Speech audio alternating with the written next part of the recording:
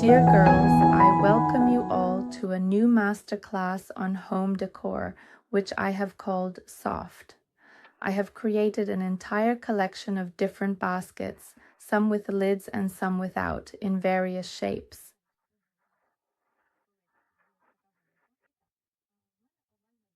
These include the versatile oval bases, the sturdy rectangular bases, and of course the timeless and classic round base for all of our beautifully crafted baskets. And for the round baskets, I crocheted these gorgeous lids with an interesting handle using the perfect circle technique with a parquet pattern. In this video tutorial, you will learn to crochet using not just one, but two different patterns, like this one. This is a parquet cross pattern, which echoes and complements the parquet design. We will also be adding a beautiful edging to our creations. And following this masterclass, you'll be able to create absolutely any composition you like. I even have a vase like this in my collection. It's long, 27 centimeters, with a base diameter of 10 centimeters. And you'll be able to create such beauty as well. In the video lesson, I'll show you how to neatly join one row to another and crochet tidy pieces. Here's such a wonderful collection crocheted by me, and you'll be able to recreate it in any color combination you like. By following my video tutorial, you'll be able to make any vase, any basket, and you'll also be able to calculate the amount of material needed to make it. All of this will be covered a bit later in the video tutorial. Before we move on to reviewing the materials, I want to comment on a few baskets, roughly explaining how they change when you crochet around the base, so you can understand how the size changes. So I have an oval base that measures 10 by 15. And after the meticulous knitting process, it gracefully increased by approximately 2 centimeters on all sides. So it ultimately turned out to be precisely 12 by 17, and the overall height of this charming basket is exactly 9.5 centimeters. This basket here is the smallest, it's 8.5 centimeters. And here it's the same story, 10 by 15. But in every direction it expanded by 2 centimeters. It's the same with the round baskets. Here I had 110, 12 centimeters, and the diameter became 14 centimeters. The height of the basket is 9 centimeters. And of course the diameter of the lid matches the diameter of the basket. This basket here was 15 centimeters, now it's 17, its height is 10.5, and the diameter became 17 centimeters. With the vase, for the vase I used the smallest 110, which is 10 centimeters. After crocheting around it, the diameter became 12 centimeters, and the height of this vase is 27 centimeters. It took 120 meters of cord for it. And just for reference, regarding how much material is used for baskets, a regular small basket takes about half a skein, that's around 50 meters. I've provided more detailed information about each basket in the description. Please take note. If you're interested, you can take a look. And also, up next, there will be a calculation formula with an example. So once you've made one basket, you'll be able to calculate any future basket based on your own crochet tension, the height you want, and so on. Alright, now let's go over the list of materials, tools, and get started with the work. For my decor project, I chose 3 very delicate and harmonious shades of 5mm polyester cord. It doesn't have a core and is very soft. It's comfortable to work with and is a great material for this kind of decor. For example, if you want to place it in the bathroom or anywhere else.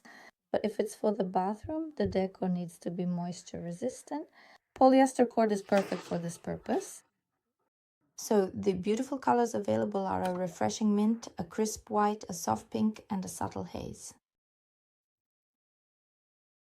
They go together really well in different combinations. I'll demonstrate all of this. And now I'll show you the bases. Actually, these aren't all the bases I have. These are the ones that are left. I haven't crocheted around them yet. I'll be showing the edging, the pattern, everything on the smallest one on this little round base.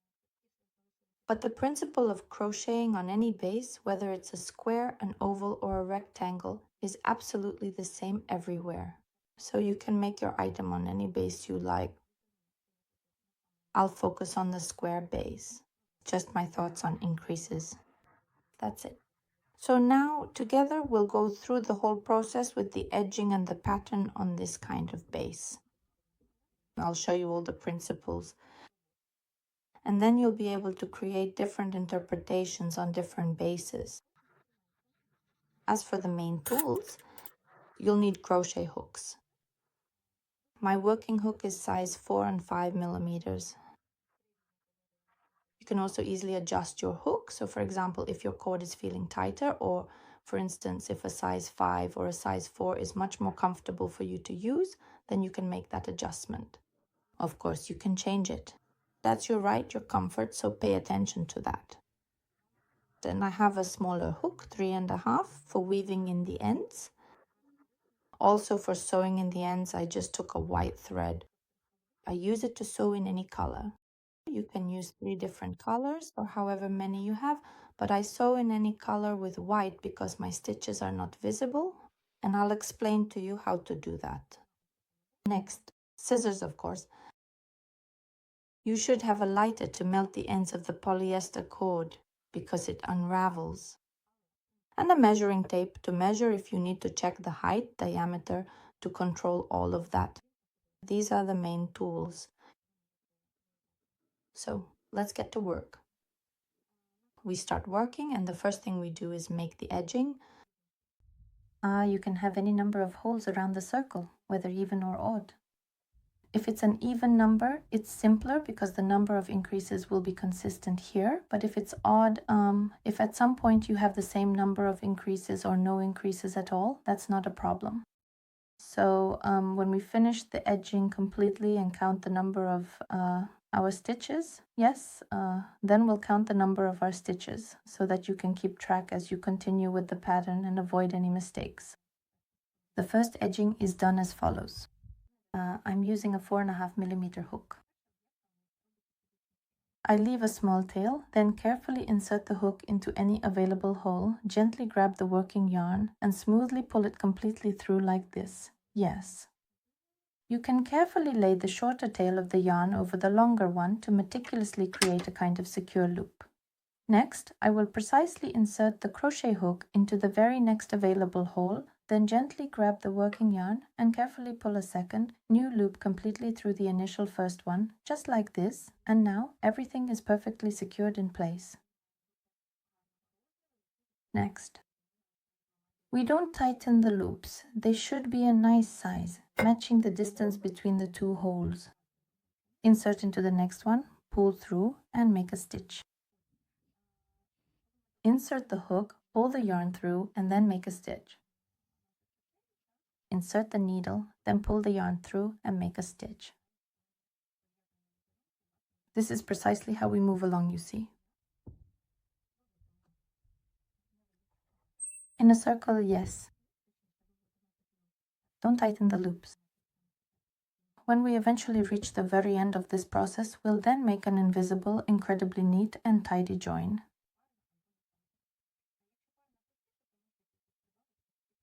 We've reached the end. One more stitch. Pull out a small loop. More precisely, carefully pull out the loop so that it's at least 7 or 8 centimeters long, yes, ensuring it is sufficiently extended for the next step in the process, because we need to make a fake loop, and that will use up a bit of the yarn length. The fake loop is made as follows. We insert the hook under the first chain where everything started and grab this tail. We don't tighten anything here. And we need to return this tail to the place where it came from, here. To do this from underneath, we insert the hook into this hole and into this braid. We carefully grab this particular tail and gently pull it completely through to the wrong side. Here, We meticulously tighten everything so that it looks exceptionally neat and tidy. For now, we don't sew anything here. Yes, that will be later, but all the ends throughout your knitting, when you cut them, please burn them because polyester cord unravels. You can temporarily tie these ends together just so your delicate stitches don't unravel prematurely. Next, I will continue working with the very same color, and here I will also carefully burn the end to secure it. And now we move on to the second stage of edging. Since I'm going to use 3 colors, I'll alternate them. I'll knit 2 or 3 rows with one color, then 1 or 2 with another. In other words, you can alternate them however you like. This is how I'll do it. For this number of rows, I don't need to leave a very long tail. I leave about 70 centimeters. That's a lot. It's more than enough, but I like to have extra. For example, if your basket is all in one color and it's going to be tall, then leave yourself about 1.5 meters, just to be safe. Next, we start the second stage of edging. I'll start right next to this knot. I'll start right here. Right now, it doesn't really matter where you start. I insert the hook into the middle of the braid, like this, and into the hole. I grab the working yarn. At the same time, I have about 70 centimeters of tail here. I pull the loop through nicely so that it covers this area well, and you can even leave a bit extra. Next, I grab the working yarn, not the tail. The tail is just hanging loose, like this. And just like that, I grab it and make a stitch. That's the first stitch, the first little stitch. Next, I dive into the second hole, into the second braid. See? Pay attention to how I insert the hook. Not like this, but I try to pierce through the center of the braid. I grab the working yarn, pull it through nicely, and crochet the 2 loops on the hook together. And into this hole, I make another stitch, that is an increase. I insert the hook right here again and grab the working yarn, like this. I pull up a loop, yarn over, and crochet the 2 loops on the hook together. So my increases will alternate in this way. In one hole, I crochet 1 stitch. In the next hole, I crochet 2 stitches, meaning I make an increase. Next, I do 1 stitch, then again an increase with 2 stitches, 1, 2, 1, 2, and so on until the end. As I already mentioned, if you have an even number, everything will line up. If it's an odd number, you'll have 1, 1 here. That's absolutely not critical. You can either make an extra increase or leave it as 1, 1, depending on how it looks visually to you. The main thing is that there are no holes. So we continue edging in this way. We insert the hook into the hole, piercing through the chain, grab the working yarn, pull up a loop, grab the working yarn again, and pull through 2 loops. Here is 1 stitch, the next one has 2. In precisely the same manner, you will insert your hook, then gently pull the yarn through, and subsequently make the stitch. And here, once more, you will carefully insert your hook, then gently pull the yarn through, and subsequently make the stitch. Actually, it is possible to make increases in a different way here, offering an alternative method for your crafting. You can do 1, 1, then 2, 1, 1, 2. With this thickness of polyester cord on a base like this, even without such holes, it's totally doable, and it will be fine too. Try it out yourself to see what works for you. So here, it's really up to your preference. Let's continue. Next, we have one without an increase. 1 stitch. Then we will see an increase. 1, we will crochet 1, then 2, and then we will crochet again. In this particular way, we will continue working until we reach the very end of this row. Here, at this point, we will make a secure join and carefully count the total number of our braids in order to accurately know the exact number of our stitches. I wanted to comment a little bit for you about working around a rectangular or square base. At the corners right here, you can certainly add increases if you have a strong tendency to really tighten your crochet stitches. Yes, to make it very dense and firm, then this won't hurt at all. It will actually help to maintain the shape and prevent any pulling or puckering in your work. That is, crochet several times in a row, 2 stitches into each. So I have 2 here. For example, you can easily put 2 items here, or perhaps just 1 item here, or even 2 items over here. or alternatively 1 item here and 2 items over here. Well, probably here it makes much more logical sense. Just take a careful look at the current situation and meticulously observe what specific order you presently have. Yes, so I have 2 distinct items here, for example, then 1 and then 2 more items here, and then one by one you will gradually reach the other designated corner and proceed to do precisely the same thing there, ensuring consistency and accuracy in your actions. Yes, but make sure to do this at every corner. Here at the corner, I didn't do this. I just followed the usual increase pattern. 1, 2, 1, 2, 1, 2. Both ways are fine. This is more for those whose knitting tends to tighten. So that's basically all I wanted to say. So you understand how to do the increases and you can experiment with them. I'll just be doing the pattern 2, 1, 2, 1, 2, 1, just like with the circle, and that's it.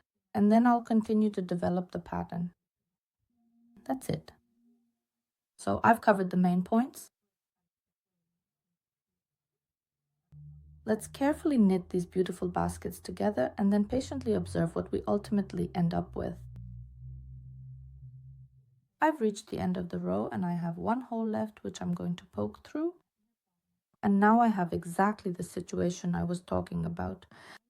I have an odd number of holes, so everything here is harmonious. 1, 2 from the post, 1, 2 from the post, 1, 2, and here I have 1, 1.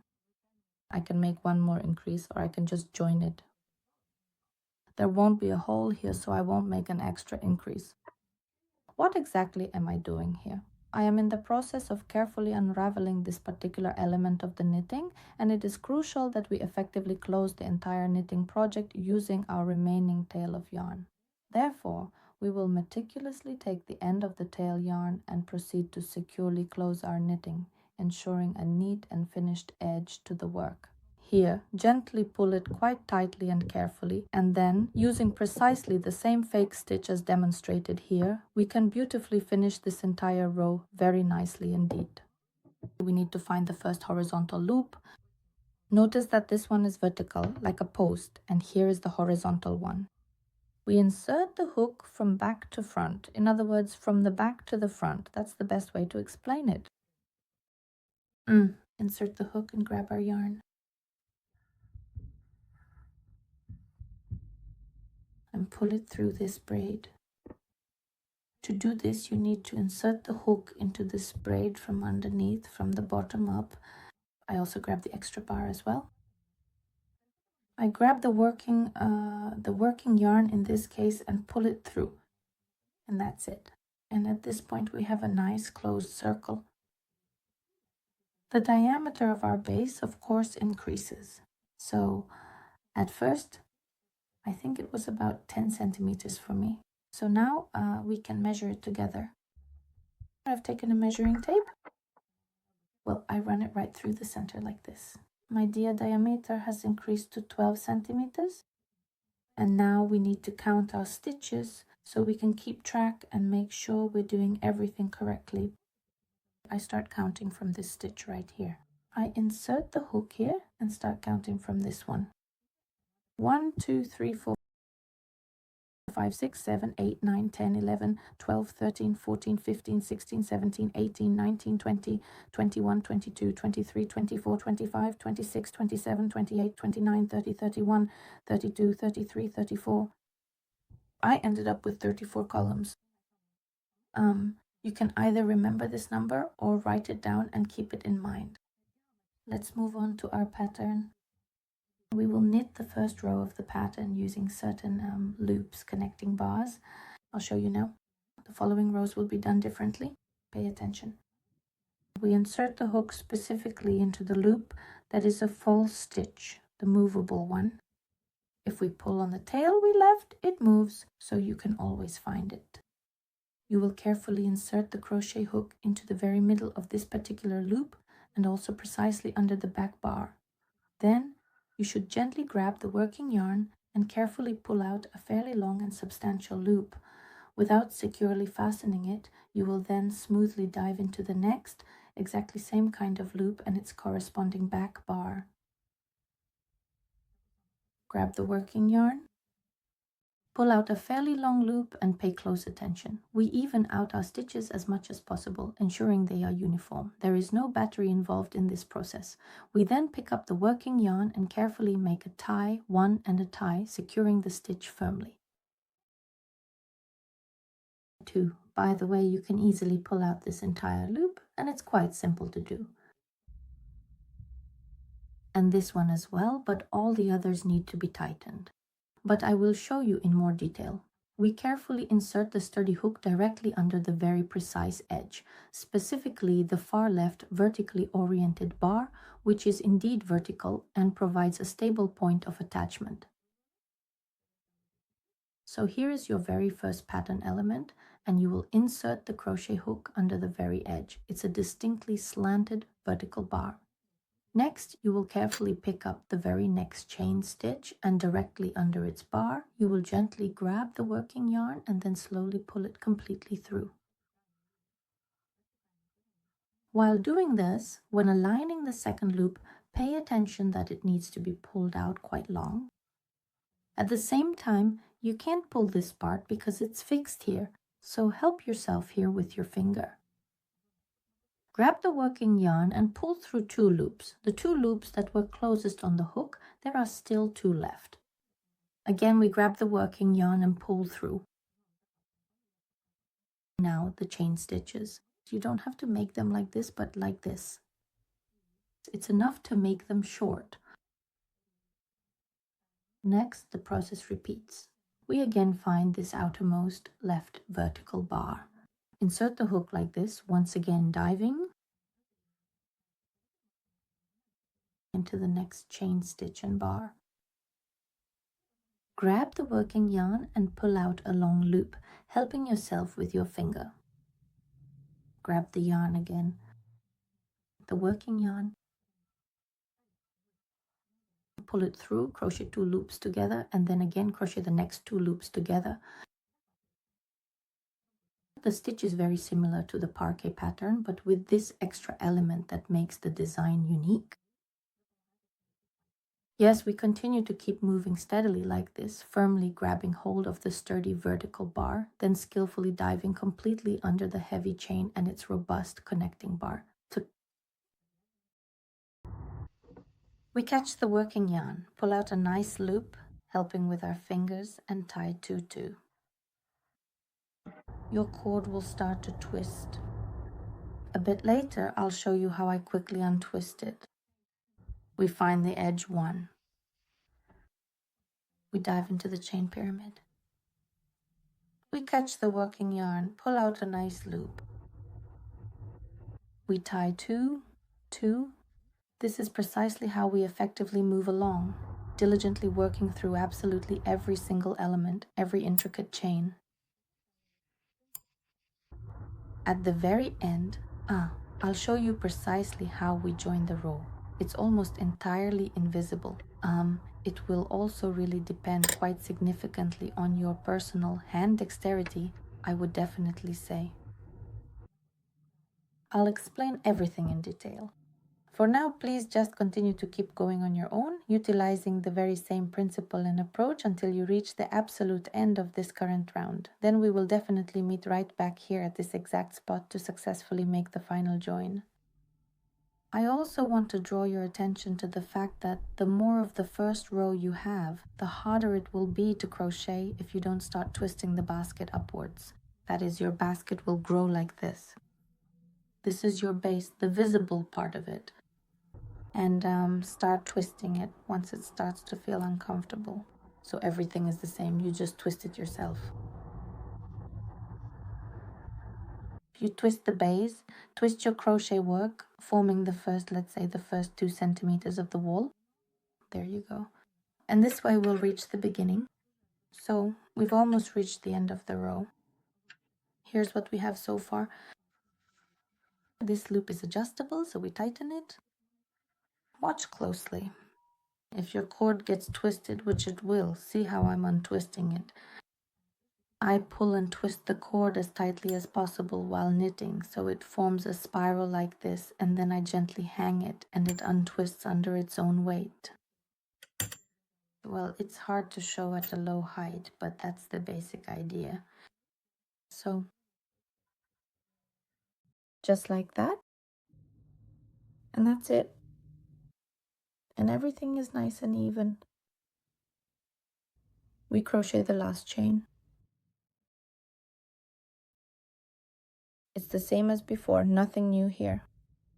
Here, we tighten the tail, you can pull it tight. And look, this is how we make the very last attachment. We insert the hook the same way under the left vertical bar and insert the hook. We need to insert it into this chain, but not just into it and the bar. We need your specialized hook to carefully and precisely go under this, the prominent, sturdy, vertical slanted bar, yes. And then you must meticulously pierce right there through this robust, interconnected chain that is firmly attached with the substantial solid bar. Ensure the hook is securely positioned and the piercing action is deliberate and controlled to achieve the desired outcome. It looks something like this. So what you do is you carefully insert the hook right behind this particular bar, and then at the very back you gently pierce the back bar of this specific chain and its corresponding back bar, like this. You gently grab the working yarn and carefully pull it through to form a new loop. You can meticulously adjust this initial chain of stitches so that it is perfectly positioned right there. Consequently, this newly formed loop now gracefully comes out from behind this previous one, creating a continuous and flowing stitch. Here you can help yourself, just adjust it directly. This is important. Next, here this chain started to stick out, so I pull it tighter. Next, I take the working yarn and crochet 2 loops on the hook. And then I completely finish the final stitch.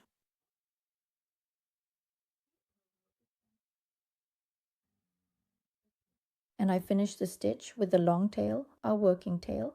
I then take it, carefully crochet it, and gently pull it through nicely and smoothly.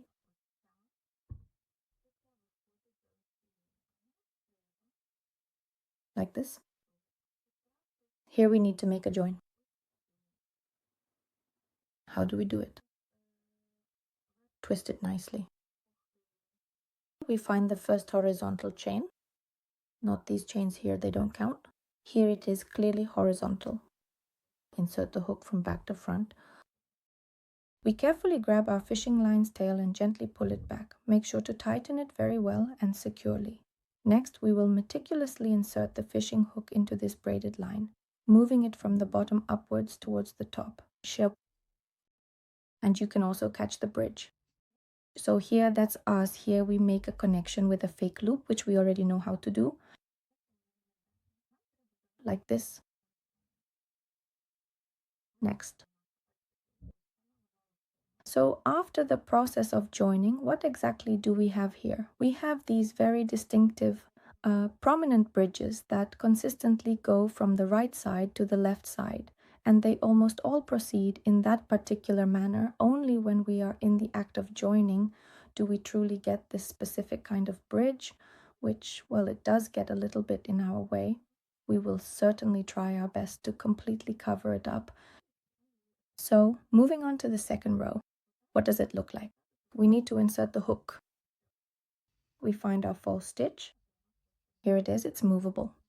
Right. And we go down, not directly under it, but rather underneath it in this particular manner, carefully catching this significant loop as well, this crucial bridge, which is precisely the one that is somewhat in our way, presenting a slight obstruction. We hook it like this and pierce through at the back, pierce through at the back. Now we can pierce through. Here, if we move this part aside, we have this bridge. Let's pierce through like this. We pierce through, grab the working yarn, and pull out a long loop. Without physically tying it down, we carefully dive in between these two sturdy posts, diligently finding the very next chain in the sequence. But again, we insert the hook not under the chain, but right here in the middle. Here are 2 posts, and in the middle, right here, you can clearly see these holes. Here they are. that is right in the middle of the post in the characteristic indentations. Or if you look at this row of the pattern, you can see these posts here, and we need to go between them, sort of next to the base of these posts. Just orient yourself in whatever way is most convenient for you. I'll refer to it as in the middle of the long posts. These are the long posts, and we insert the hook in the middle. So we keep this loop long and we dive in here. Here, what do we absolutely have to do? We insert the hook so that only the loop and the bar above us are on top. These other bars are not pierced at all, only like this. We grab the working yarn and pull out another long loop. And so we have 2 loops on the hook, but before we crochet them together, oh, I forgot to mention, count the number of stitches. You should have the same number as you had in the first round, right? I also start counting from the movable loop. Here it is, and I count around in a circle. 1, 2, 3, 4, 5, 6, 7, 8, 9, 10, 11, 12, 13, 14, 15, 16, 17, 18, 19, 20, 21, 22, 23, 24, 25, 26, 27, 28, 29, 29, 30, 31, 32, 33, 34. And here is the movable one. The one I started with, it was our first. 34, everything as it was. I turn the hook and now we make the first stitch. Here, pull the loop well and make the second stitch. The very first post of the second row has now been successfully completed, and we will meticulously proceed with the subsequent steps as follows. We will once again carefully locate this outermost vertical bar and then, with precision, insert the hook not directly under the chain but rather right here, precisely between in the very middle of the 2 adjacent posts. This ensures a secure and proper placement for the next stage of the process. If you look at the posts, it's right here in the middle. And it's important that we insert the hook so that the bar is above us here. Because if it's not there, it will just go under the chain. But we need to make sure the bar is also caught. We catch the working yarn, pull the loop through nicely, and crochet 2. We continue crocheting the pattern in the same way. Only in the second row, these distinctive, prominent, and truly remarkable ridges will be noticeably bigger, more pronounced, and even cooler. Next, we again catch the vertical bar, and then we will dive between the 2 posts. Catch it, pull it through, align the cord so it lays nicely, crochet 2 and 2, and I'm leaving this braid short. Let's do a couple more elements together, then you'll do it on your own. Under the vertical one, between the 2 columns, check yourself here, grab it, pull it out nicely, knit 2, 2, again, the bridge. Grab it firmly, then carefully insert the hook, more precisely, right in the very middle, then grab the working yarn, 2 stitches. You can adjust it here. In this way, we move to the beginning, to the end. Here we'll make the connection again. Let's repeat this whole procedure once more, and then I'll also show you how we'll change the color. The actual knitting will continue like this, row by row, just like between the first and second rows. We move to the end and meet there. So we've reached the end of the row again. Let's finish together. We knit the penultimate section between the 2 posts. Here it is.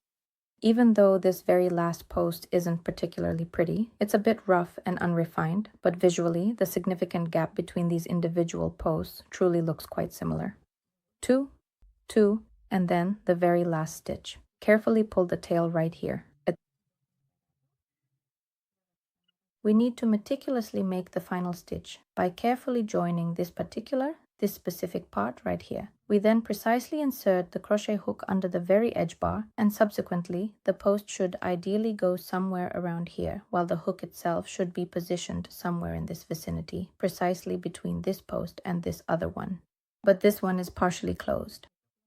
Of course, we need to pierce through this very part. We have a very distinct and clearly defined braid here, and we need to carefully and precisely pierce it right in the exact middle, ensuring we are leaving this particular bar securely positioned at the back, and this other one firmly in front, with the hook situated directly behind it, like this. And here the stitch should be made closer to the middle between these two columns. So it's all about dexterity. We grab the working yarn and pull the braid through. We crochet 2, then 2. We take our tail and then we carefully and completely finish it off with great precision. 2. And we make a join.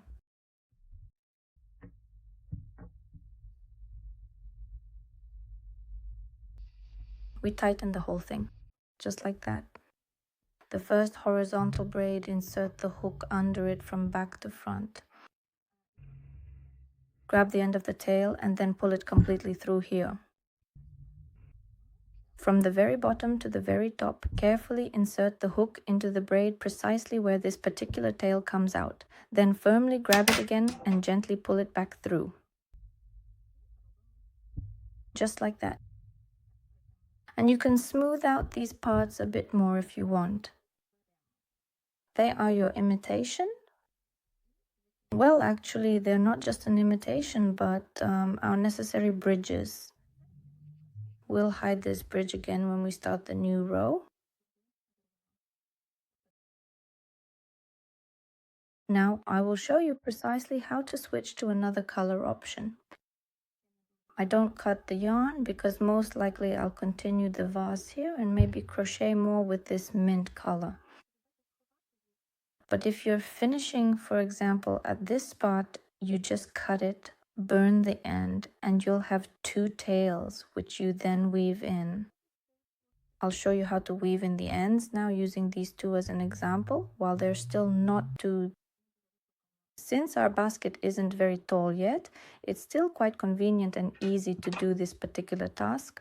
I'll carefully trim these slightly burnt ends because otherwise they will certainly get in the way and potentially snag. Our task: use a smaller crochet hook. Here I have a size 3 or 3.5 hook, and our goal is to hide them in the crochet work. You can do this either here or maybe into the sides. Well, I'll try into the sides. So like this, I picked it up and pulled it through. 1. Oh, and I'll pull it through like that. And here goes the second one. So I can sew both ends in together. Here I've hidden them. Next, I carefully take a thread with a needle.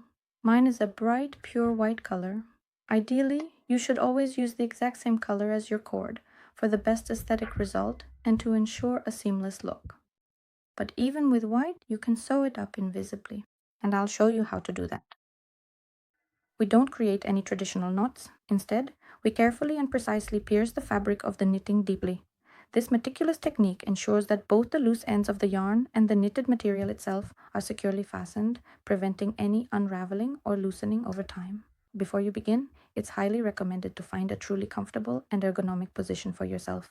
You can perform this action in a manner similar to what is being demonstrated, ensuring ease and efficiency throughout the process. And here, I'm not making any knots. I just make sure the thread doesn't slip out. Sometimes it does slip out. So it just repeats the entire process. Carefully stitch through the fabric several times like this. And notice, I still haven't trimmed the ends of the thread yet. To make sure the stitches aren't visible, I insert the needle into the same hole it came out of. This is a very, very important point. Just like that. Oops, I caught something here. Next, I trim the loose ends. These ones right here. Trim them as close to the very base as is physically possible, just like this. And I would highly recommend stitching over the newly trimmed area as well, because they can easily unravel and potentially cause you a significant amount of extra trouble right here, leading to further complications. just like that. That's it. Stitch a couple of times. Please do not make any knots whatsoever. Our delicate thread often gets quite tangled within the intricate weave of the cord itself, so it absolutely will not come out easily. This is how you'll be tucking in the ends throughout the entire knitting process. Next, carefully tighten everything here, ensuring a secure connection, and then trim the very ends if you absolutely need to. Personally, I typically do not trim them, but I am showing you the precise method for how to seamlessly switch to another distinct color. I will primarily use the gauze material because it is not very easily visible on the bright white background. It's not very visible. The knitting itself, like this. I'm introducing a new color. Again, I leave a tail of this length depending on how many rows you will have. I'll have a lot, so I leave about 30 centimeters. And I start the row again from this spot where our working loop is, Here's this bar that needs to be hidden because all the others go from right to left here. They're slanted, but this one is vertical, neither here nor there. We insert the hook underneath the false stitch, the current working loop, but not directly under it, rather deep underneath it, precisely into this specific area where our prominent bar is located, the crucial one we absolutely need to carefully hide from view. This is how I insert the hook between two posts, like this. Here, it looks like this. I grab the working yarn and pull through a loop. Here, the tail remains. We just leave it like that. Without working it, we insert the hook between the two posts in the middle. Again, the same way. This loop is long. We insert the hook here, check everything. Everything is the same as before.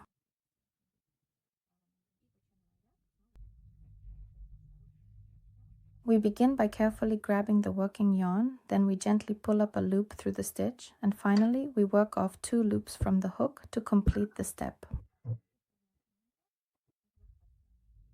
And 2. And here is our join. That loop is hidden. It doesn't stand out much, but overall it looks natural. This is the join. And it's almost unnoticeable. And we continue in the same way. We carefully grab the prominent vertical slanted bar, then proceed to gently insert the hook. This insertion should be precisely between the 2 distinct stitches located exactly in the middle. We lay the working yarn, pull up a long loop and work off 2 and 2, and repeat the process. According to our pattern,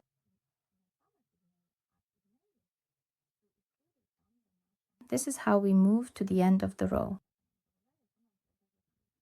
Blogger, let's make just one more crucial connection with this particular color so that you can effectively lock in the bridges securely. They'll be in different colors, and that might help those of you who are still finding it a bit difficult. And then I'll show you the edging, how we finish off the crochet baskets. Let's go. We've reached the end of the row again. We will now carefully crochet the very last stitch right between these 2 prominent posts here, and then, with precision, we will proceed to make the final join.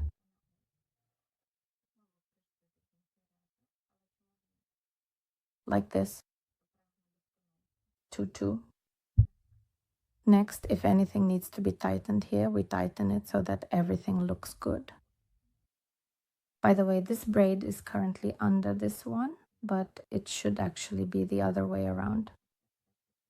So what can we actually do? Actually, since this particular part is designed to be fully movable, we can simply proceed and do it in this specific manner. However, it is important to note that this approach is exclusively applicable only in this precise case. But why not? Who strives for perfection? All right, now, We carefully pick up the prominent vertical slanted bar and then meticulously dive in here with precision so that our specially designed hook is positioned perfectly and securely underneath this distinctively slanted bar, which extends gracefully from the right side all the way across to the left side. This particular one stays securely under the hook and remains much closer to the precise middle point between the two distinct column stitches. It shifted a bit. I truly want it to be much better, just like this example. It's better to tighten this up because it popped out here. Blogger, we bring it out nicely. Well, actually, it doesn't have to be perfect here, just a little bit. We've worked 2 stitches. And we finish with the tail. We pull it through. We tighten the whole thing. We find the first horizontal one. Here it is. This one doesn't count. We grab it. We insert the hook under it.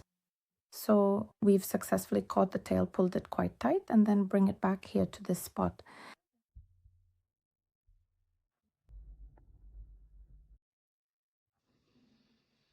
Like this. And now if we start with the same color, we dive right here into the center, leaving this bridge kind of to the left of the hook. We grab the working yarn, not the end, and pull up a working loop. You can tighten it here. And then we go down between the 2 stitches and notice how it looks right here. We dive in like this. So the prominent green segment that you currently observe consistently remains positioned securely underneath the sturdy hook. I grab the working yarn, pull it through, and secure it. 1, 2. We pick up the bridge. I dive between the 2 stitches. See how it looks a bit more interesting here? You can notice it by the colors. Pulled through. 2, 2. Again, the bridge. We dive between the 2 stitches. The green part stays under the hook. 2, 2 indeed. And this way we crochet row by row for as many rows as you need. Now I'll show you how we finish the crochet. Yes, we make the edging. Girls, in this video segment, I want to show you how to calculate the amount of material you need, for example, for this basket. Yes. You need to count the number of your stitches. Here, with the increases, I have 60 stitches. 60 stitches. Next, I have 1, 2, 3, 4, 5, the 6th row. 6 rows? There will be 6 rows.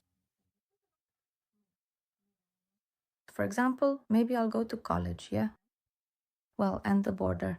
The border, we're not counting it yet. Yes. What's next? We need to understand. So, how many columns are there in 6 rows? Here, we have precisely 60 stitches multiplied by exactly 6 rows, which ultimately equals a total of 360 columns that we will be meticulously knitting. We can accurately measure, of course, although the initial calculation is quite approximate, precisely how many columns you can effectively crochet per linear meter. That is to say, you can reliably calculate an approximate number of columns per each individual meter. First, let's measure this meter of ours.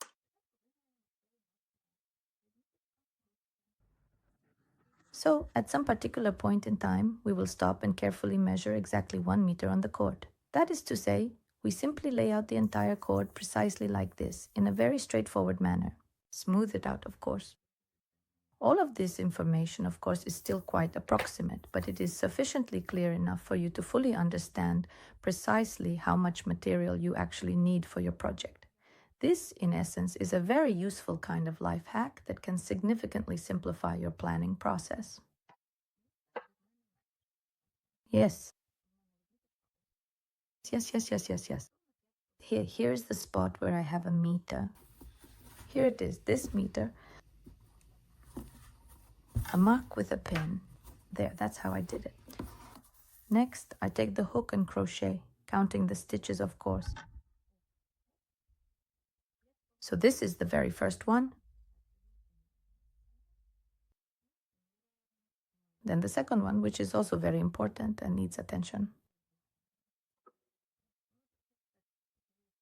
Then we will now consider the third one, which is the final point.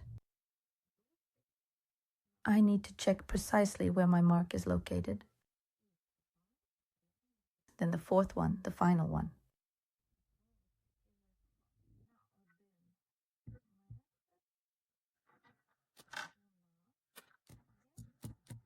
This is indeed the fifth one in the sequence.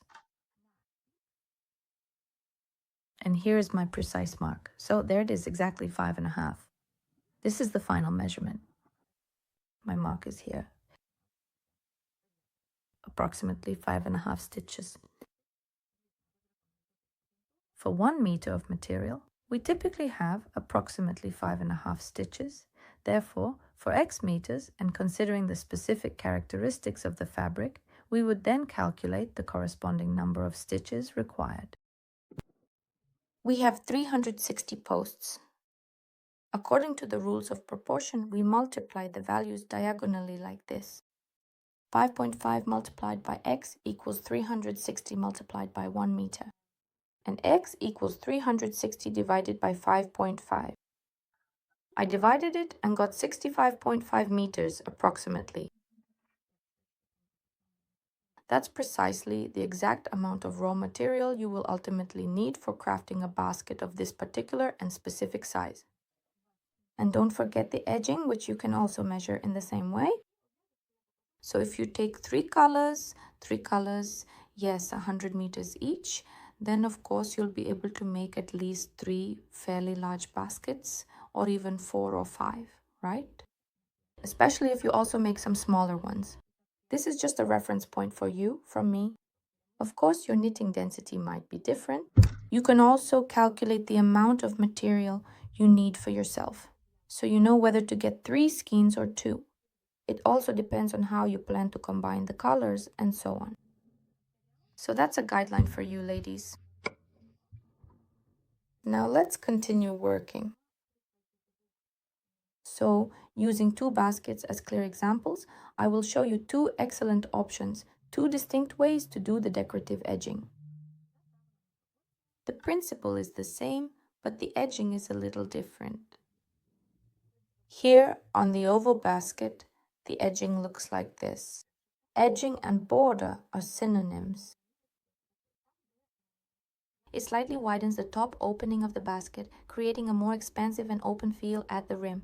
In contrast, here on this beautifully crafted round basket, the meticulously applied edging effectively pulls the material inward, thereby maintaining the basket's perfectly consistent and even shape throughout its entire circumference, ensuring a uniform and aesthetically pleasing appearance. Why do I do it both ways? Where I plan to make a lid, I use this particular method for the edging. Here the top is firmer and the lid fits better. I'm actually demonstrating this on this basket right here. Yes.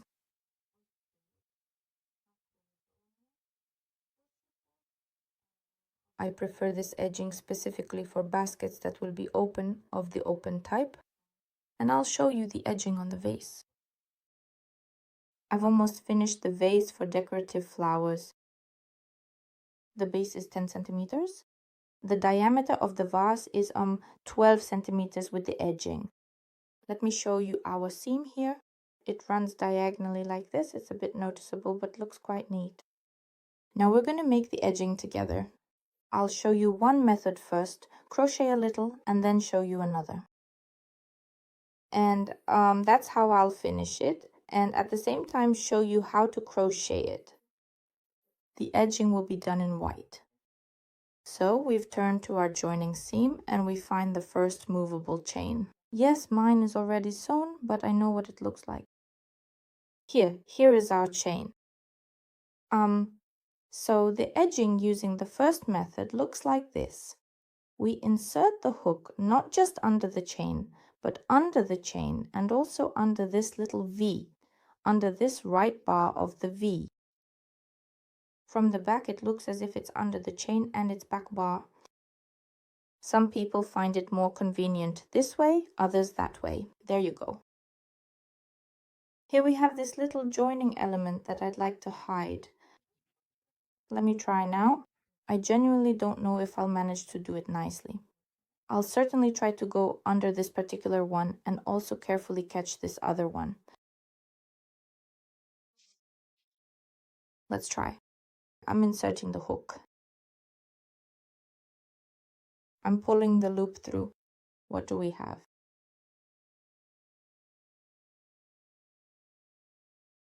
Well, I managed to hide this bar a little, the one we always tried to hide. Actually, it's not necessary to do this. You can just leave it like that. But I decided to give it a try, and I just make a knot. I leave a little tail here, enough to cover something once, and make a knot. Next, I take the working yarn, holding it firmly like this, and then I make a wrap, carefully keeping it straight and aligned. I then proceed to wrap it around our initial knot and gently dive under the second chain. Underneath this second chain, there is a distinct V shape, and specifically I am referring to the right bar of that V shape. I carefully pull the working yarn through the stitches, and then I proceed to knit 2 individual stitches, completing this step. And again, the wrap.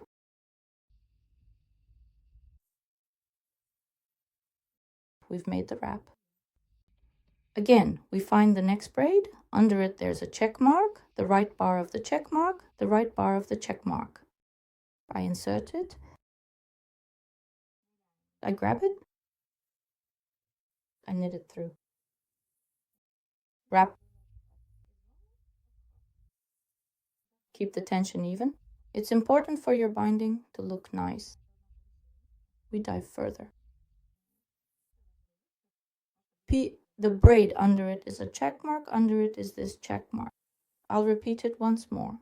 Check mark, here's the check mark. If you can't see well, here's the check mark. And we only need this bar of the check mark, the right bar. The right bar. Like this. We've pulled it through. Now we have 2 loops on the hook, yarn over and pull through. In this way, we move to the end of the row, working into each next braid and under its right bar. This is regarding the edging, specifically the kind where we will also need to make a lid. That is the one that keeps your piece even. I will finish the vase in a different way. I will use a much puffier edging for it, primarily because, well, visually, I truly think it will look significantly better for the vase. Here, we just need to insert the hook under the braid. But since we have this loop that we always hide, we insert the hook under it. Yes, that loop that we hid here, the one we pierced, we go between the loop and under our braid.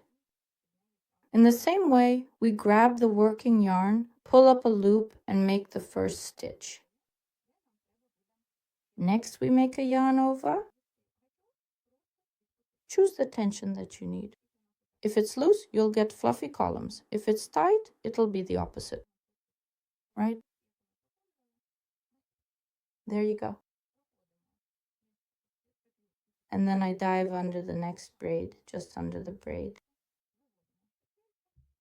Without any bars. We only use the braid without any bars.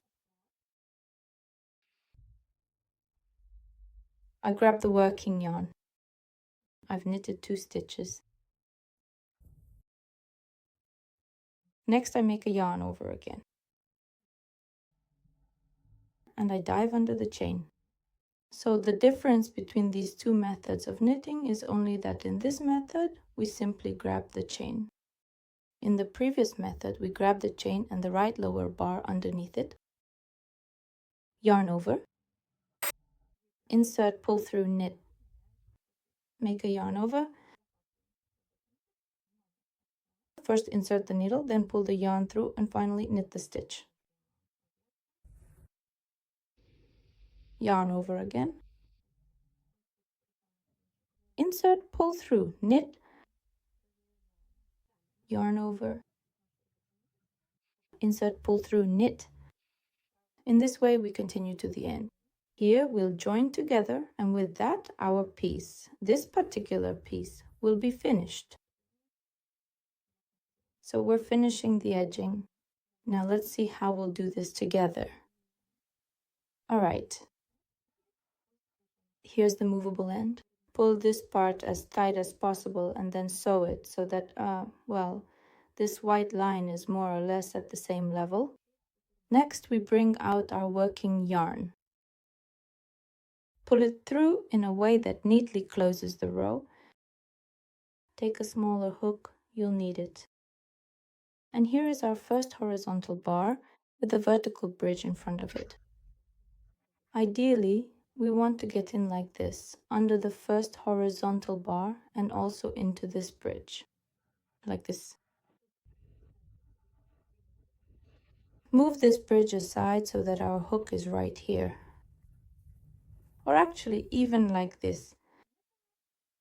This is more correct so that the entire bridge is behind the hook. And our loop, the first horizontal one, is like this. We grab the working yarn and pull it inside. Try to do this neatly here because everything is tight and it could tear. Like this. Pull it through. Everything will tighten up here later. Here. Next, this bridge can be put in place. Just like this. So you've successfully made the very same wrap, only you have carefully shifted this particular bridge to the left while you were doing it. And now we absolutely need to meticulously return this specific end into this intricate braid. Yes, precisely the one it originally comes out of, also positioned directly in front of the bridge. Therefore, we will carefully insert the hook into this precise braid, and the bridge will now consistently stay to the right, maintaining its new position. Here's what we have. Here's this tail that was left. We can use it to cover here, sort of make the same bridge, a fake bridge. We wrap it around like this and pick it up from under the fake loop, the movable loop. Like this. There. We adjust all of this. And it's really quite important when you carefully sew it in to gently tighten it right here at this specific point. Tighten it here very carefully so that it's not pulled too tightly or excessively, then meticulously hide the loose ends, and finally sew it securely in place. So you hide the ends yourself, sew them in, and your item with the edging is ready. In this case, I have a vase. Now we'll start knitting the lid for our baskets. We'll be knitting using the parquet stitch, following the formula for a perfect circle. I'll show you the knitting principle so that you can knit a lid of any diameter, as well as add other colors. I'll be knitting for this basket here. It's a bit smaller. This one has a diameter of 14 centimeters. Here, I'll show you how much you need to knit so that you still have enough left for the edging. The edging is the same as on the baskets. It's done using the same principle and adds a few more centimeters to the diameter. So keep that in mind. I'll start knitting with the pink color serpinog, and our knitting will begin with an amigurumi ring. If you're not familiar with this technique, I'll explain everything now. You'll need to leave a tail again so we can close the round. The length of the tail again depends on the diameter of your lid. If it's large, you'll need to leave about 1 meter so you can be sure you have enough. Here mine is shorter. I'll leave about 70 centimeters. But that's just me. I like to leave extra cord just in case. So this is just a bit of extra. Next we have the end on this side for now and the working thread on this side. We place the end onto our hand.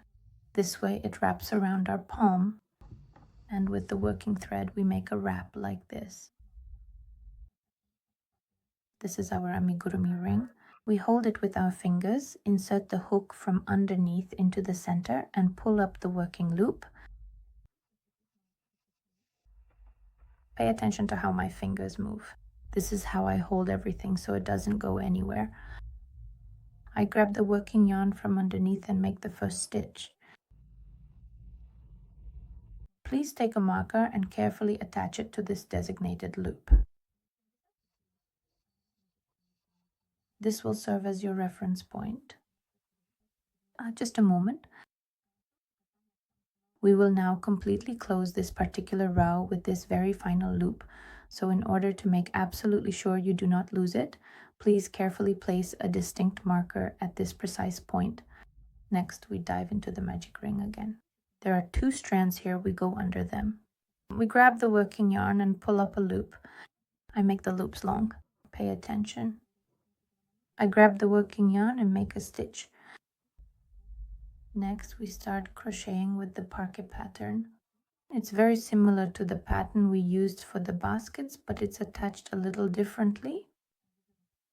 We pick up the outermost vertical bar, insert the hook underneath, grab the working yarn, pull it through, help with our fingers, and immediately crochet all 3 loops on the hook together. This is the difference of the parquet stitch. We crochet them together right away.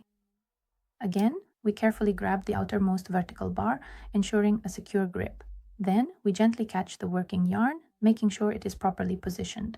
Following that, we smoothly pull the loop through, executing this step nicely and with precision. Finally, we complete the process by crocheting it again, securing the stitch and continuing the pattern. Grab it again. First, insert the hook, then carefully pull the yarn through, and finally, crochet the stitch again. Yes. Watch carefully so that this whole process looks neat for you. Again, carefully insert the crochet hook under the outermost bar. Then gently grab the working yarn, smoothly pull it through, and meticulously make another single stitch.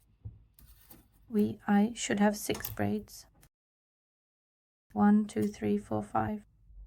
We need to make 1 more stitch, not counting this one. That is, we only count the braids right here. 1, 2, 3, 4, 5. The loop on the hook does not count. Make another stitch and carefully join it. Next, we need to connect this entire whole thing into a complete ring. That is to say, to securely close the ring. We gently pull our working end like this, ensuring it is snug. This is precisely how our meticulously crafted, exquisite, and perfectly designed ring should ultimately appear. It should embody elegance, precision, and a flawless finish, reflecting the high standards we aim to achieve in its final presentation and overall aesthetic. Next, we will carefully pick up the very last bridge again, considering all the details. Yes, from the last stitch we just made, and we insert the hook into the loop where the marker is.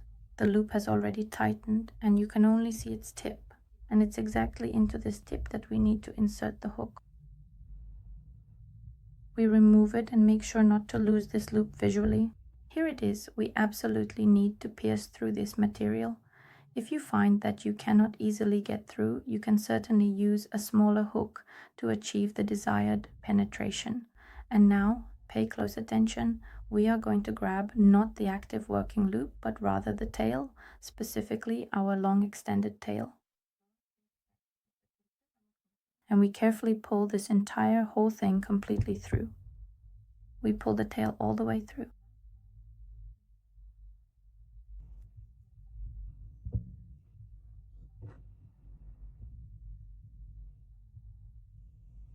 Just like that.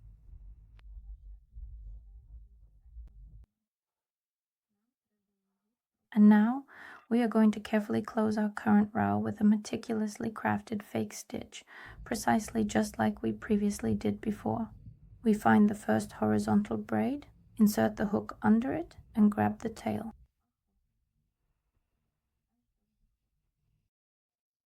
And we pull it back through. This loop should also be of a normal size, so we pull the tail through in such a way that it isn't too tight. and we return it here. That is, we grab the bridge, insert the hook into the chain where the tail comes out, and return it to its place. The function of the tail ends here, and we should have 8 chains around the circle. I start counting from the movable one. 1, 2, 3, 4, 5, 6, 7, 8. 8 chains. Now, each row we will start the same way, with a movable chain, just like our baskets. We insert the hook under this chain, and there is also a bar underneath it. We pull the working yarn through. Without fastening, we dive under the next chain. Here it doesn't have a bar. You can catch this bar here, or just leave it as is. This is only in this spot. We yarn over, pull through, and crochet the 2 loops on the hook together.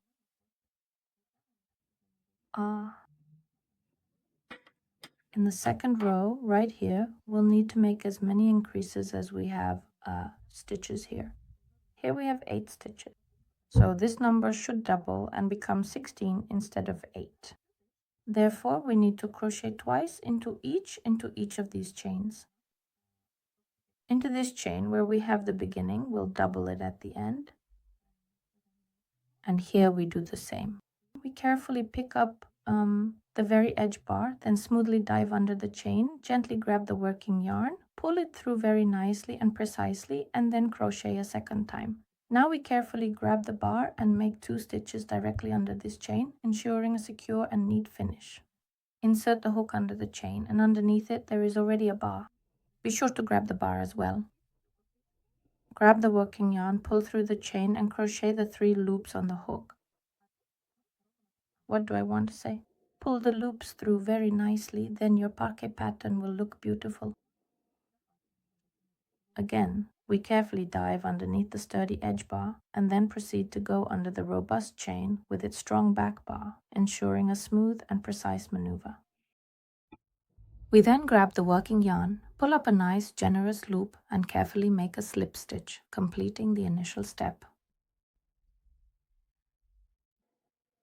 We've made 2 slip stitches under the next chain. Now we're going to make 2 here. Then we'll make 2 here, 2 here, 2 here, and 2 here. We'll finish together here.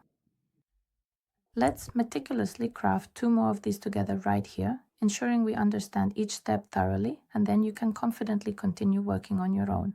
To begin, we carefully pick up our designated edge bar, then smoothly dive it under the existing chain and its corresponding back bar, making sure the placement is precise and secure. Grab the working yarn and pull it through. We've made 3 stitches. Again, insert the hook, dive under, pull through, and make another stitch. We've made 2 stitches here. And do this twice under each chain. We'll meet here and continue. We've almost reached the end of the row. Here, we've made 2 stitches into each chain. Now we still have this chain that hasn't been worked into yet. We insert the hook under the bar, dive under the chain and its bar, yarn over, pull through 2 loops, insert the hook again, dive in at the same spot, pull through, make the stitch. Next, here we have only 1 stitch under the first chain, which is a fake one. We need to make another stitch here. That is, we need to make an increase, right? We grab the vertical bar, insert the hook under the chain, right here next to this stitch. Next to this slanted stitch, we simply insert the hook like this.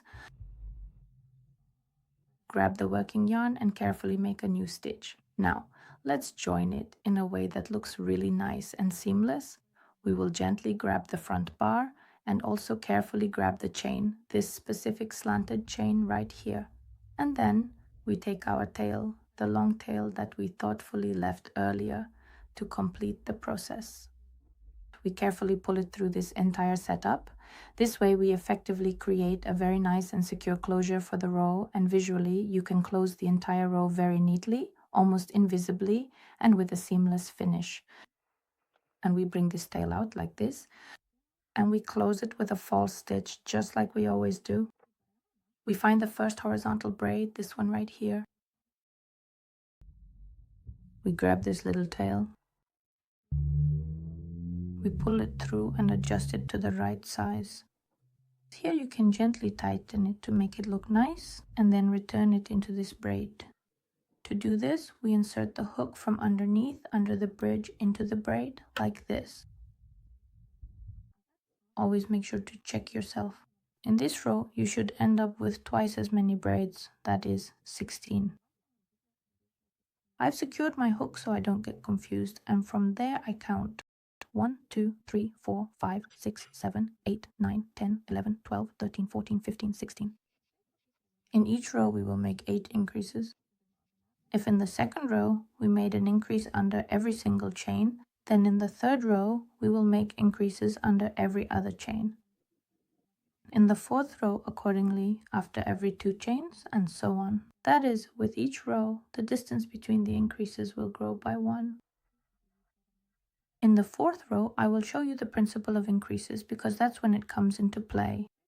But for now, we just continue. Now we crochet and increase every other stitch. We carefully insert the crochet hook under our working chain and then also under the back loop of that chain. Yarn over the hook and gently pull the yarn through. Without completely finishing off the stitch, we then smoothly dive the hook under the very next chain, specifically into its back loop. Yarn over the hook once more and then pull the yarn through 2 of the loops on the hook. Next, we will yarn over just like this, and right here we will carefully attach it once more. So here we currently have 1 complete stitch, and over here we will proceed to make 2. We will then dive deeply under the very same chain, yarn over the hook, gently pull the yarn through, and then meticulously work off all of the existing loops that are currently on the hook. So here we've made 2 stitches, you can see both of them, and here there will be 1. Next, we crochet 1 stitch without any increases. We pick up the bar, dive under the chain in its bar, yarn over, pull up a loop, and we've worked it 3 times. Here we make a single stitch.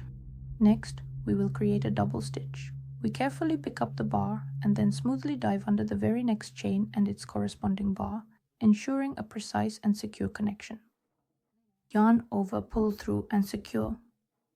And right here, we make an increase. Again, dive under the bar and under the same chain. So we alternate. We knit it. We alternate. One time we knit under the braid here once, the next time we do it twice. And this is how it looks. Where there is a single stitch, we have a single bar like this. Where there are 2 stitches, we have 2 distinctive ones like this. This one doesn't count because it's a column here. It will be hidden. So visually you should have 1, 2, 1, 2, 1, 2, 1, 2, and so on. Let's do it together 2 more times and then you'll do it on your own. We pick up the bridge, dive under the next chain and under its bridge. Grab the working yarn, pull it through, and crochet 3 times. Here we should now have exactly 1 complete column, so we will carefully dive under this specific bridge and then we will proceed to make the next stitch directly under the very next chain in the sequence. And with the hook under the next chain, its bridge, grab the working yarn again, pull it through and crochet 3 times. And we need to do it 1 more time right here. Check your work. Watch carefully. Here you have 2, here 1, here so far 1, so you need to make another stitch. Insert the hook under the outermost bridge, then under the chain, grab the working yarn, pull it through and make a stitch. Continue like this to the end of the row, alternating 1 stitch, 2, 1, 2, 1, 2. And again, you will have 8 increases. We'll meet here and close the row together. So I've reached the end of the row. I have the last chain under which I make 2 stitches. So here I have 2, here 1, so here it's 2. And here it's a single one, so they alternate. I pick up the bridge and insert the hook.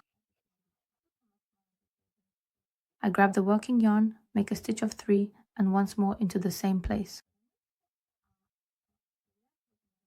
Done the stitch. Next, we carefully pull everything tight, just like this, and then we proceed to make a secure and complete join. We carefully pick up the bridge. Then we meticulously take and gently grab the very back loop of the first distinctly slanted chain, ensuring a precise and secure hold. The first slanted chain, the back loop, and now we grab the tail. We've grabbed it and make a slip knot, just like that. We pull the tail through and close the row. Close the row. Again, the first horizontal chain, insert the hook under it from back to front. Grab the working yarn and pull it through. Make a regular size chain, not a tight one. Turn the tail over here.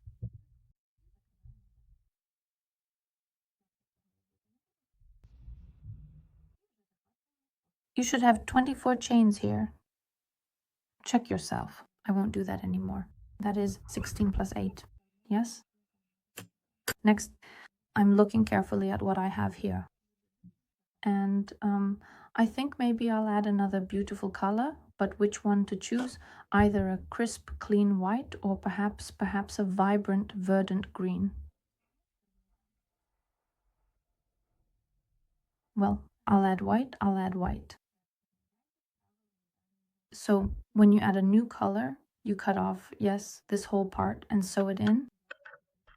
I'll do that. I won't cut it off just yet, but logically, for example, these ends are already gone. So here it's sticking out, right? And I'll show you how I introduce a new color and at the same time, the principle behind it. And I'll also explain the knitting principle. I'll carefully burn the very end of my yarn. Here as well, it is important that you should leave a sufficient tail according to the precise diameter of the yarn you'll be continuing to crochet with, ensuring a secure and neat finish. I don't think I'll have much green here. Maybe even just one row. Well, maybe I'll change something. And we insert the hook under our working chain and its back loop. Grab the working yarn, just like this. And continue working with the working yarn. And dive again under the next chain and its back loop. Grab the working yarn. We have 2 loops, we've crocheted them together. What do we have here? We need to do this. In the 4th row, the rule of the perfect circle comes into play. And it goes like this. We need to crochet 2 stitches after each increase from the previous row. That is, you will look closely and you will find that you have 2 distinct stitches each in the previous row, which is quite clear. You need to learn to distinguish them so that you can crochet properly. So 2 stitches come out of one base, 1 stitch from one. When there is 1 stitch from one base, it looks like this. But when there are 2, then 2 threads come out from the same root. There you go. So wherever we have exactly 2 stitches, we will need to make a significant increase immediately after them. This is a crucial step in the process. So in this particular instance, we do not make an increase. Instead, we proceed directly to the subsequent chain. Up. We pull through and crochet 1. We've crocheted 2 single stitches. And here, pay attention, right here at the end of the previous row, we had an increase. So right here, we will make an increase. But in this pattern, we make it at the end. So here, we've crocheted 1, 1. Right now, we're making increases after every 2 stitches and after the increase from the previous row. Here's the increase from the previous row, and we need to make an increase here, meaning we crochet 2 stitches into the same place. We pick up the working yarn, insert the hook under the vertical bar, grab the working yarn, pull it through, and crochet it. We pick up the yarn again, insert the hook into the same place, and crochet it. 2. Here we've made an increase together. Next we'll have 1, 1, 2 single crochets, and here we'll make an increase. In other words, we make increases after every 2 stitches and learn to distinguish them. The 2 are quite obvious and clearly distinguishable. They fundamentally come from the very same linguistic root, while the individual single ones each possess their own distinct and separate base or origin. Yarn over, insert the hook under the next chain, pull through and work off 3 loops. Yarn over, dive into the next chain, pull through, work off 3 loops. Next, here is the previous stitch, the stitch from the previous row. Here we have increases. So right here we will make an increase, and we also check ourselves. After every 2 stitches, there should be an increase. We make 2 slip stitches, 1 and 2. If you already know the fundamental formula for creating a perfectly round circle, then you will undoubtedly get the hang of this particular task very quickly and easily. If not, just go over it one more time. With each new row, the distance between these columns increases by 1. So here we made increases every other stitch. Here we make increases every 2 stitches. In the next row it will be every 3, then every 4, and so on. And each increase in the current row is made above the increase of the previous row. Visually, here is the increase from the previous row, and there must definitely be an increase in the current row right above it. Fix this rule in your mind and use it in every row. So we've made the increase, now 2 single stitches. 1 and 1 more, making a total of 2. This simple addition demonstrates a fundamental concept. And again, an increase. And here we have the increase from the previous row, and right after it we make an increase here. Just like that, 1 and 2. We are now completely all set and ready to proceed forward. This is how we move to the end of the row. Here we'll make an increase together, switch to the next row, and let's keep going. And so I did end up changing the color to white, and we finished the crochet together. The last stitch is a single crochet.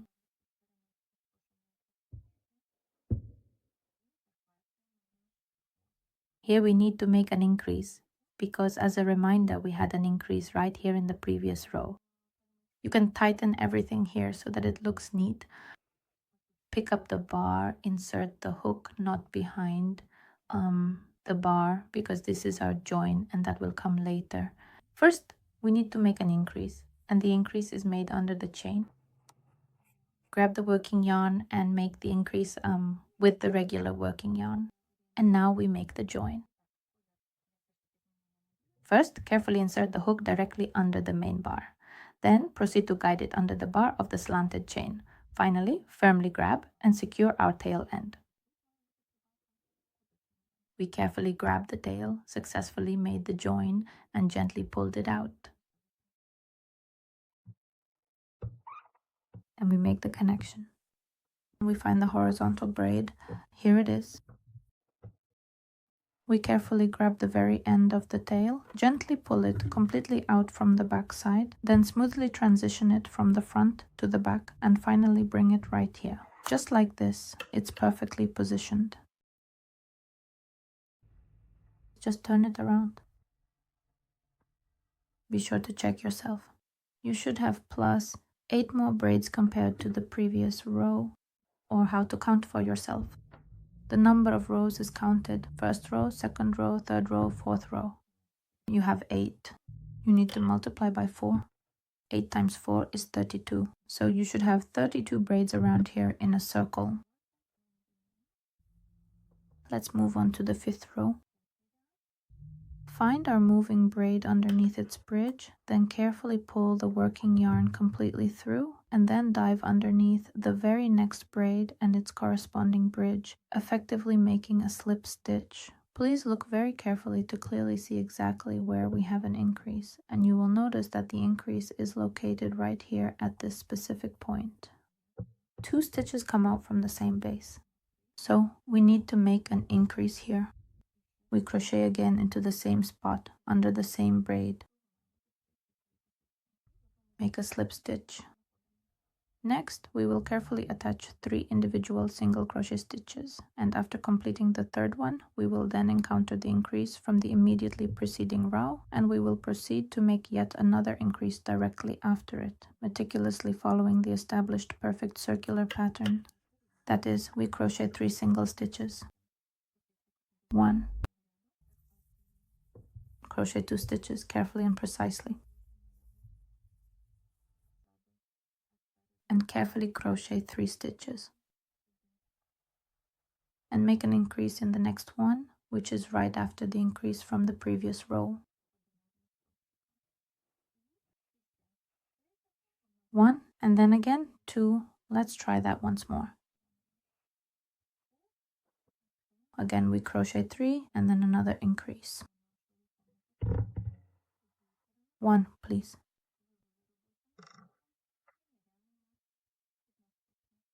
Next there are 2 additional items. And just 3, please.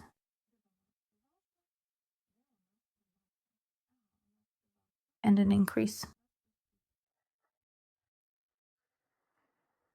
White. One and the other go here as well. We continue like this until the end of the row. This will be our 1, 2, 3, 4, 5, 5th row. We'll close it together and continue further together. So at the very end of the 5th row, we will carefully crochet the very last stitch, and right here we now have a single one remaining. Let's look carefully at where we made the increase. Yes, here and here, so that means a single stitch. Next, we carefully grab the edge bar and gently insert it into the main bar, specifically the right bar of the very first vertical stitch. We then diligently look for our tail. Once located, we firmly grab it, securely grasp it, and then slowly and deliberately pull the entire tail out towards the outside area. Now we make the join. The very first horizontal bar, we carefully insert the hook underneath it from the back to the front, then gently grab the tail, slowly pull it back, and finally bring it over here to this position. For this specific step, we also carefully insert the hook from the back to the front, guiding it precisely into this distinct V shape, and then gently pull our tail completely through the opening. And so, check each row, 1, 2, 3, 4, 5. You should definitely have at least 40 individual chains, which is a good number to consider, like these. 5 times 8 is 40. Also, check yourself by the diameter of your basket. So the precise diameter of my 5 carefully arranged rows, when measured directly through the very center with our flexible ribbon, is exactly 12 centimeters. In contrast, the overall diameter of my entire basket structure is precisely 14 centimeters. Visually speaking, the lid itself might appear to be quite small, but our carefully designed edging actually takes up a significant amount of space. If you were to measure here conveniently, you would clearly see that the edging, in conjunction with this particular loop, together add up to almost 2 full centimeters in total. Almost 2. So let's say 1.5, right? Plus 1.5 on both sides, that's an additional 3 centimeters. So another 3 centimeters will be added here, making it around 15. So that's exactly when I stop crocheting the rounds and move on to the edging. If the diameter of your basket is larger and you need to crochet more rounds, then you continue crocheting according to the rules of the perfect circle. That is, your increases in each round should be placed above the increases of the previous round. This is your main guideline. And with each round, the distance between these increases by 1. So in the 5th round, we have a distance of 3 single stitches in the 6th, 4 in the 7th, 5 in the 8th, 6 in the 9th, 7, and so on. If something is unclear, you can simply go back to the previous rounds and, following the same principle and listening to what I say, continue crocheting. Now let's move on to the edging. And how do we make it? It can also be done in 2 ways, just like we edged the lid. Here in this version, I grab the back loop and we'll do the same here. The back loop is right here in the round. Okay, I'll move this aside. Here is our back loop. If we carefully turn your crochet work around, you will see that these are indeed the back loops, and we can then start crocheting in precisely the same way as before by carefully finding the very first fake stitch. Its tip is movable, so you can always find it. We insert the hook under it. Underneath its loop, gently pull the yarn completely through nicely and then make a new stitch. Next, we do a yarn over. Here, you will need to adjust the tension. If you find that you need to add significantly more edging so that the lid completely covers your basket well, then you should crochet more loosely. Conversely, if you only need to add just a little bit, then crochet more tightly. So you can adjust it here. I'll crochet loosely because I have quite a bit to cover. And we insert the hook under each chain stitch into its back loop. Pull up a working loop and crochet 2 loops on the hook together. Make a yarn over, straighten the yarn, and we keep moving, and we keep moving steadily forward. Braid, then bridge, grab, then pull through, and then knit. And that's how it's done. Again. Wrap, braid, braid, bridge, pull through, knit, wrapped,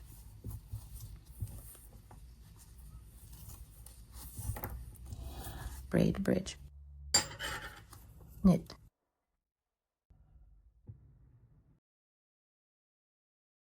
Here's exactly what we get. This is how we move to the end of the row.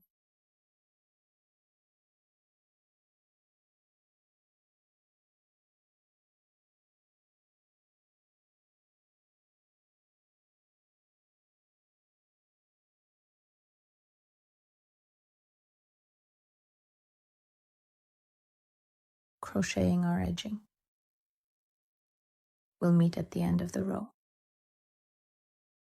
And we continue.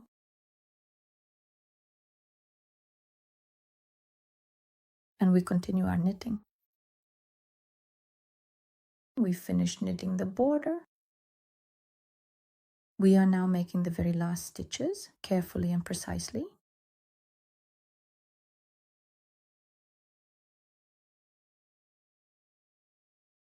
And we make the join. We pull out our working loop.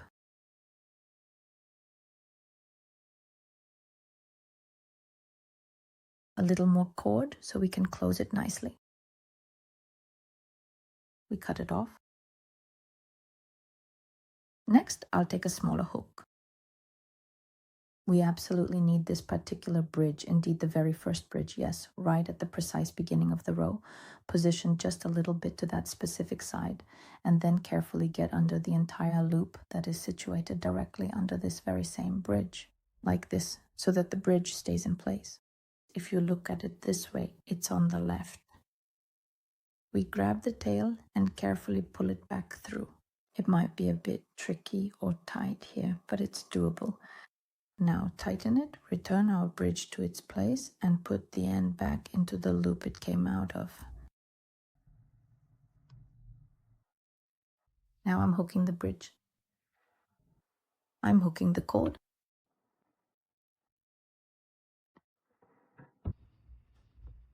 It's in.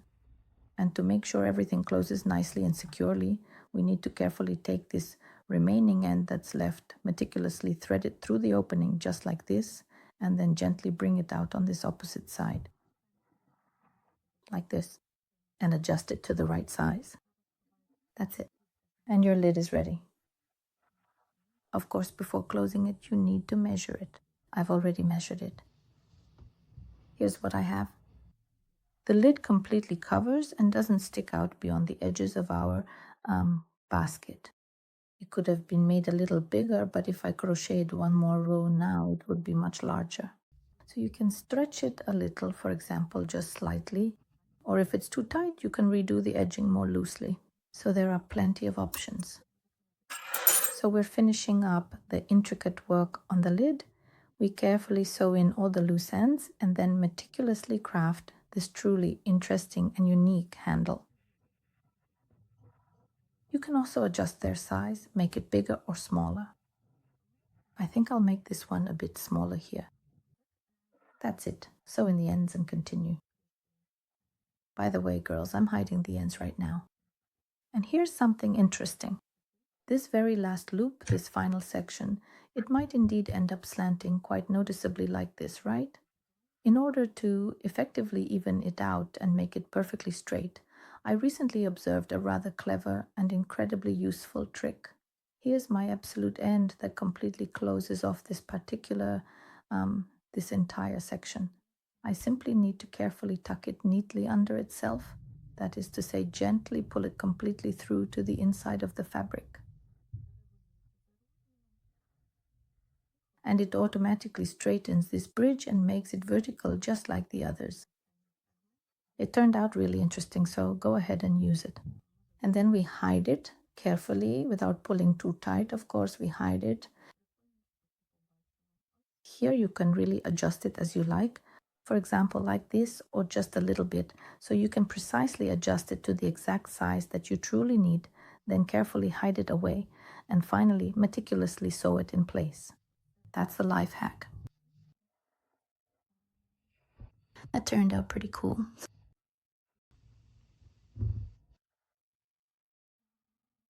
The ends, I hemmed them.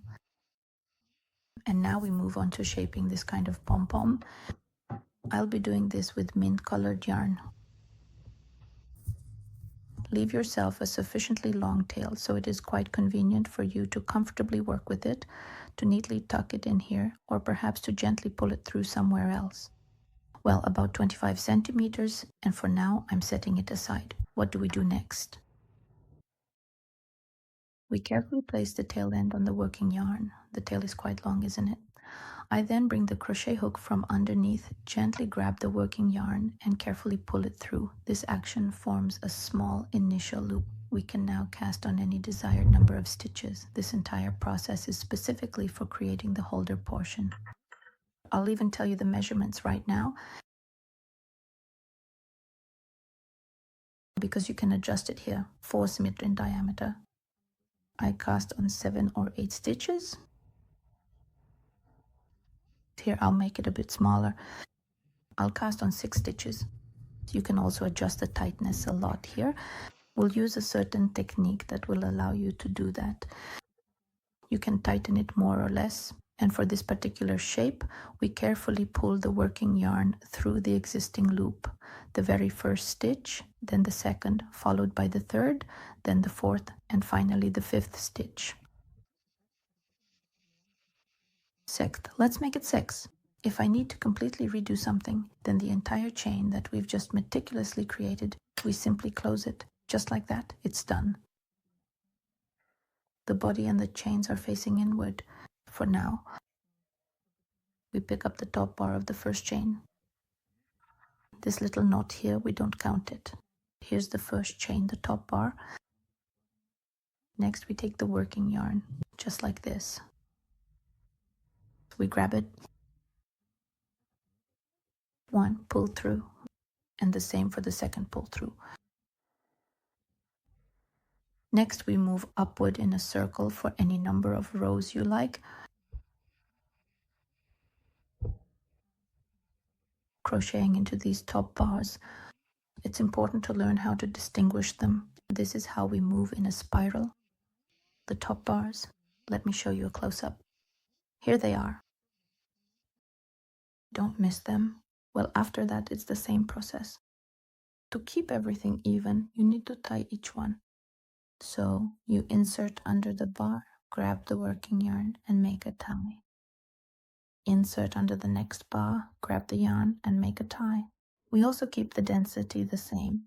Started, captured, harness. Started, captured, harness. Started, captured, harness. We don't count rows here, we're more guided by size. They just captured it, you know. Rope.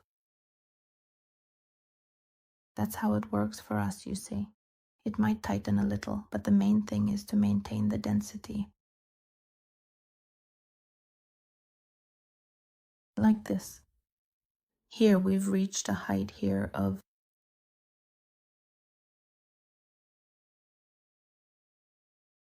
2.5 centimeters. Yes, 2.5 centimeters. Well, I'll try to stop at this point. This first loop here, if you're doing it like I am, I unravel it so that it's the right size. Next, we have a hole here. We pull out the long end. Well, pull out a few meters there. Just so you definitely have enough to make all the wraps. We're going to start wrapping this whole thing now. Yes. There you go.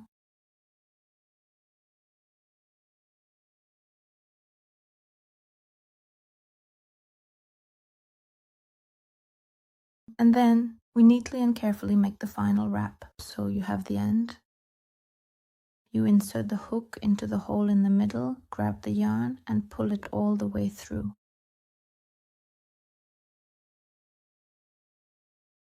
Then you move around in a circle again. And here you can either tighten it or leave it loose as you prefer. Of course, the neatness of how you do this step matters. Yes, so here we go. We're moving around in a circle. This, of course, plays a truly important and significant role in the overall scheme of things. And just like that, it is done.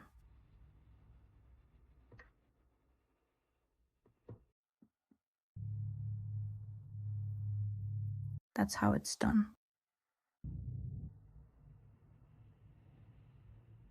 We move forward on our own, yes, all the way to the very end of our journey. At this point, I'll explain how to hide this and how to finish. If that's not enough for you, tie it higher. Yes, I'm watching myself. It's fine. There will be a small little pom-pom, a nice one. Let's move to the end here together. Yes, you can. We're almost at the very end of this process, and you can carefully choose which part will face up and which will face down. For example, I'd like this particular part to be on top. It's much neater. So I just tuck this tip back gently downwards. Through all the knitting. And here I continue to close it up. I keep closing it up. I'm checking here so that when we do it like this, this is what we'll have. This little piece needs to be tightened nicely. So what can we do together? We can neatly tie these two cords together, depending on how it looks for you, right? Well, let's try to connect them together like this to tie them. We do this so that the one we just worked with is simply fixed in place so it doesn't come loose anymore. That is to secure it according to its size, you see? Just like that. There. Here we tidy everything up so it looks neat, you see? Like this. Here somewhere we carefully tuck it underneath, under the surface for now. For the time being we are securely tying it. For now it's something along these lines.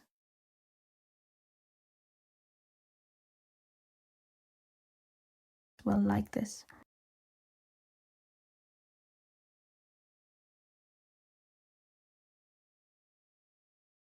And of course we try it on to make sure everything looks nice, and we'll remove this knot. Here's what we have so far. You can even try it on to see how it looks as a whole, whether you like it or not. Maybe you need to make it bigger.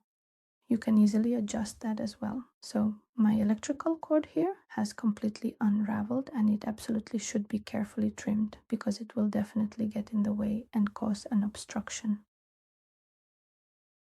And what do? Of course, we'll unravel it because it doesn't look good. We'll also be taking our lid. You can certainly use a slightly smaller hook for this part, and we will definitely need to carefully thread these various cords through this opening here, right inside the main structure. But do it so that it looks nice here. So we'll start with this.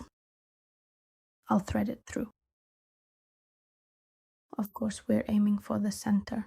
I'll thread it through now and see if it looks good or if I need to do something extra. Well, if I fix it over there, then everything looks good here. We'll pull it through on the inside. Like this. For now, we'll fix it like this. The second cord is also positioned on this side, but we absolutely need to secure it firmly over here. We can then carefully thread it through the available loops on this particular side. So, to reiterate, we will simply thread it through the designated loops. Here as well, make it as inconspicuous as possible so it doesn't show here later. Watch carefully to see what you're getting, so make sure to keep an eye on this step. And of course, you need to center it properly, like this. And again, like this. So as you can see, I'm just grabbing the loops and tucking it under them. This way, I'm both securing it and moving it to the opposite side. And now I've moved it over. Just like that. That's it. Next, I make sure once again that it doesn't shift off center. Here I tighten it up and I tuck it inside. Like this. If yours is a bit loose, you can certainly consider adding some extra additional fastening mechanisms or methods to ensure it is securely in place. Sort of like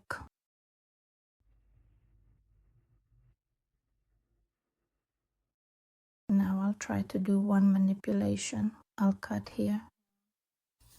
I don't know how it's going to look, but it's a trial run. I want to hook onto one of these bridges. I'll turn this cord somewhere over here.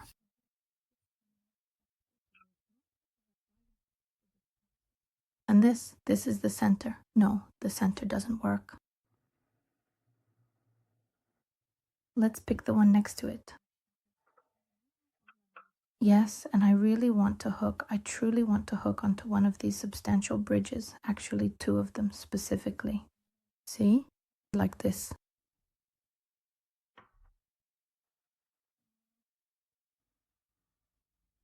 I didn't do this in that basket, but it can add some extra fixation. And I'll turn it. And I turn it over there. But only if it's not visible. Yes, here it's visible. I feel like you could even turn it to the center. Well, let's turn it to the center. Like this, for example. This way it holds better. Here's what we have. Just center it so it looks nice. And once you've centered it, you've fixed it in place. Tuck in the ends in the same way and sew them up. And that's it, your holder will be ready. Like this. I just need to center it a little more.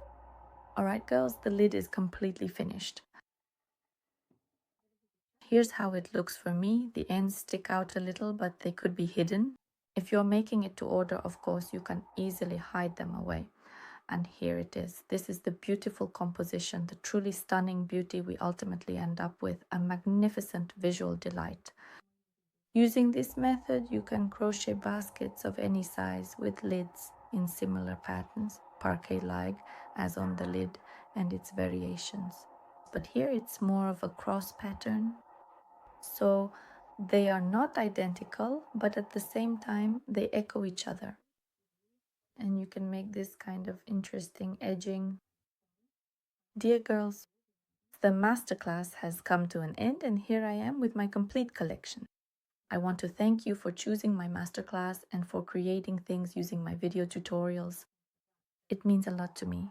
I hope you enjoyed it and that you've decorated your home or gifted someone this wonderful set, or even just a single basket or vase as you wish. Thank you all for your attention. This was Oksana Rudko with you. My brand of crocheted bags is La Accessory. See you in new masterclasses.